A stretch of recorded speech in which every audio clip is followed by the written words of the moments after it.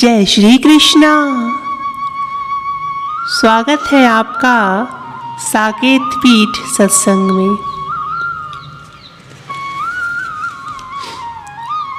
यजुर्वेद के 31वें अध्याय के 18वें श्लोक में यह वर्णन है। ओम वेदाहमेतं पुरुषं महान्तमादित्यवर्णं तमसः परस्तात् तमेव विदित्वाति मृत्युमेति नान्य पंथा विद्यते अयनाय।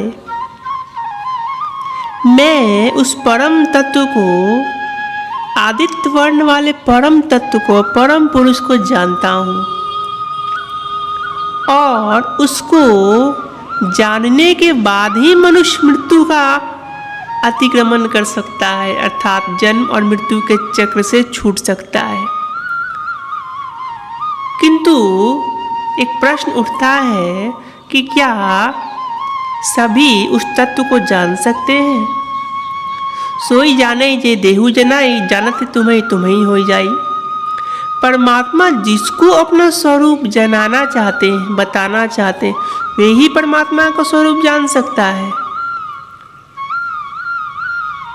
यत्न गीता जी में भगवान ने जिसकी ओर इशारा किया है कि मनुष्येषु सहस्रेषु, अर्थात हजारों मनुष्यों में कोई एक मेरी प्राप्ति के लिए यत्न करता है, और आजकल तो वह करोड़ों में हो गए हैं। करोड़ों में कोई है यथार्थ रूप में जो परमात्मा को पाने का यत्न करता है। क्योंकि आप देखेंगे परमात्मा को प्राप्त करने के लिए चलने वाले कई साधक प्रायः मार्ग में ही भटक जाते हैं। उनके विश्राम स्थल संसार का प्रपंच ही बना रहता है। जिस लक्ष्य को लेकर साधक चला था वे पीछे छूट जाते हैं, और हाथ क्या आता है? मान, बड़ाई। किंतु क्या उससे परमात्मा की संपूर्णता का बोध हो जाता है?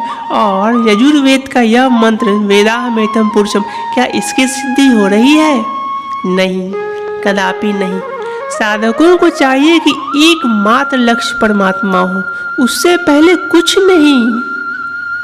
ना तो कहीं ध्यान को और मन को भटकने की इजाज़त देना है, और ना ही स्वयं के मन को कहीं जाने देना है। आप याद रखिए कि विवेकानंद जी क्या कह रहे हैं? The wise mind could not be attracted by anything in the world unless he allowed it to affect him. हमारा मन तभी विचलित होता है जब हम स्वयं इसको इजाज़त देते हैं संसार के प्रपंच रूपी दलदल में फंसने को। यदि आप इजाज़त नहीं दें, the wise mind could not be attracted by anything else. महाराज जनक के राज्यसभा में सुखदेव मुनि एक कप दूध को, ऊपर तक भरे हुए दूध को, filled up to the brim, उन्होंने 7 चक्कर लगाए उस सभा के, लेकिन उनका चित्त तनिक भी नहीं डोला, और उन्होंने amidst of the attraction of the beautiful faces, उन्होंने एक बूंद दूध को भी गिरने नहीं दिया।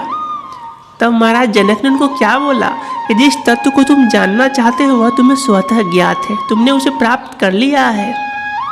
फिर भी मैं तुम्हें थोड़े में उस तत्व का उपदेश करता हूँ। दृश्यमान जगत है ही नहीं। देखिए कितनी सूक्ष्म पराकाष्ठा है ज्ञान की। महाराज जनक जो राजा हैं, राजकाज कर रहे हैं, संभाल रहे हैं, वे कह रहे हैं कि दृश्यमान जगत है ही नहीं। किंतु जब तक यह बोध परिपक्व नहीं होगा तुम संसार में भटकते रहोगे। इसलिए भगवान शंकराचार्य भी यही कह रहे हैं प्रश्नोत्तरी में, दृश्यमान जगत की निरंतरता का, मिथ्यात्व का निरंतर अभ्यास करना चाहिए। ये संसार है ही नहीं। अच्छा, संसार है ही नहीं तो फिर भास क्यों रहा है? क्योंकि तुमने स्वीकार कर रखा है मैं पुरुष हूँ, मैं स्त्री हूँ। तुमने पहले अपने शरीर को स्वीकार कर रखा है, मैं शरीरधारी हूँ। नहीं, तुम चेतना हो। तुम इस शरीर में केवल कुछ समय के लिए रह रहे हो। एक दिन तुम्हें शरीर छोड़ना है, या एक किराए का घर ही तो है।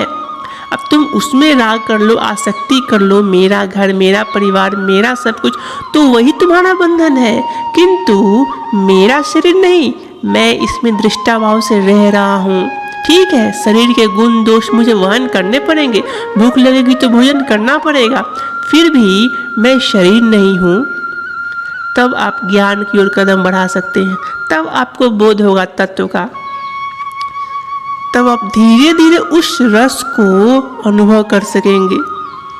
इस भ्रम में साधकों को कभी नहीं जीना चाहिए कि कोई सिद्ध महात्मा मिलेंगे और सर पर हाथ रख देंगे और ज्ञान हो जाएगा, या स्वयं भगवान भी प्रकट हो गए हैं, ब्रह्मा, भगवान विष्णु या स्वयं नारायण, भगवान शिव, कोई भी प्रकट हो जाए और सर पर हाथ रख दे तुम्हें ज्ञान हो जाए, ऐसी अवधारणा कभी नहीं रखनी चाहिए। ज्ञान एक निरंतरता है साधना की, अभ्यास की पराकाष्ठा है।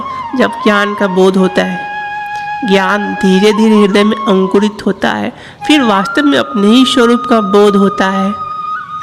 कुछ नई वस्तु का सृजन नहीं हो जाता है ज्ञान के बाद जो यथार्थ है, जो अपना वास्तविक स्वरूप है, आत्म स्वरूप है, वह दिखाई देने लगता है। आत्मरति, आत्मकाम, आत्मकाम, ये सारे शब्द उस ज्ञानी के लिए हैं जो आत्मा में ही रमन कर रहा है, आत्म स्वरूप परमात्मा को प्राप्त हो गया है, और जो बाहर विषयों को देख रहा है, संसार को, प्रपंच को देख रहा है, उसके लिए सारा संसार अभी एक मृत तृष्णा के ही समान है।